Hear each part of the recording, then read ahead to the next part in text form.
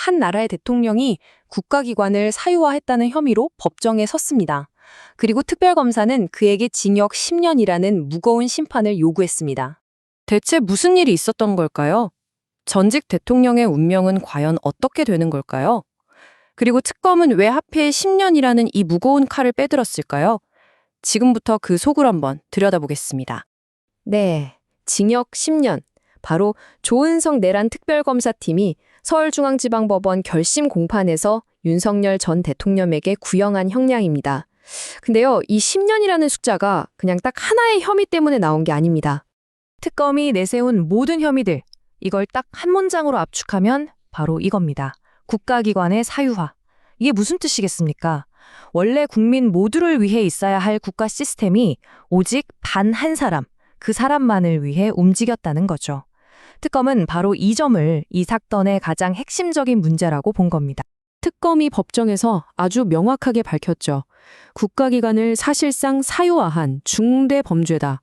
이 한마디에 이 사안이 얼마나 무거운지를 그냥 못 박아버린 겁니다. 자, 그렇다면 이 중대범죄라는 게 구체적으로 어떤 내용들일까요? 자, 특검이 요구한 징역 10년. 이게 사실은요, 크게 세 가지 혐의가 합쳐져서 만들어진 숫자입니다. 지금부터 그 세 가지 핵심 혐의를 하나하나 짚어보겠습니다. 보시는 것처럼 징역 10년은 5년, 3년, 그리고 2년 이렇게 세 덩어리로 구성되어 있습니다. 이 중에서 가장 형량이 무거운 5년짜리 혐의부터 자세히 들여다보죠.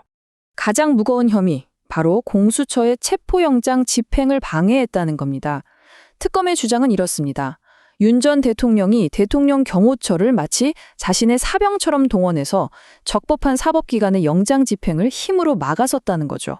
이건 단순히 한 사람의 체포를 막은 걸 넘어서 국가의 법치 시스템 그 자체를 무력화시킨 아주 심각한 행위다. 이게 바로 특검의 시각입니다. 자, 두 번째 혐의 덩어리는 권한을 침해하고 증거를 없애려 했다는 겁니다. 먼저 일부 국무위원들을 쏙 빼놓고 계엄을 논의해서 9명이나 되는 국무위원의 심의권을 침해했다는 거고요.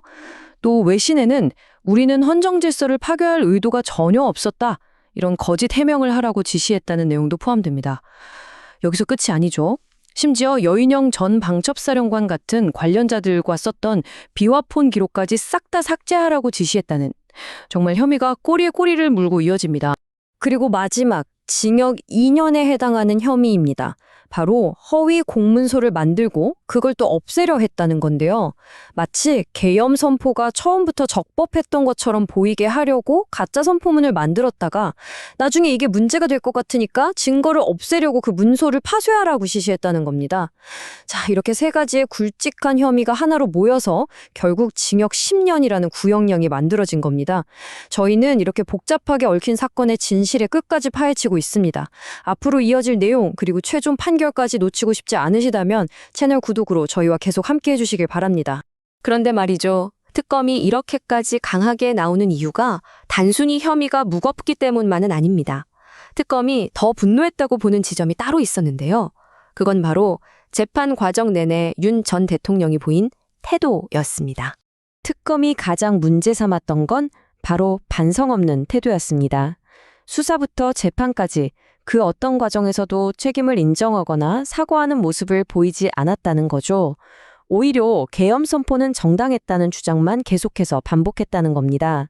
특검은 이런 태도를 보면서 이 사람은 전혀 반성하지 않는구나. 재범의 위험이 크다고 판단한 겁니다. 그래서 엄벌이 꼭 필요하다고 주장한 거죠.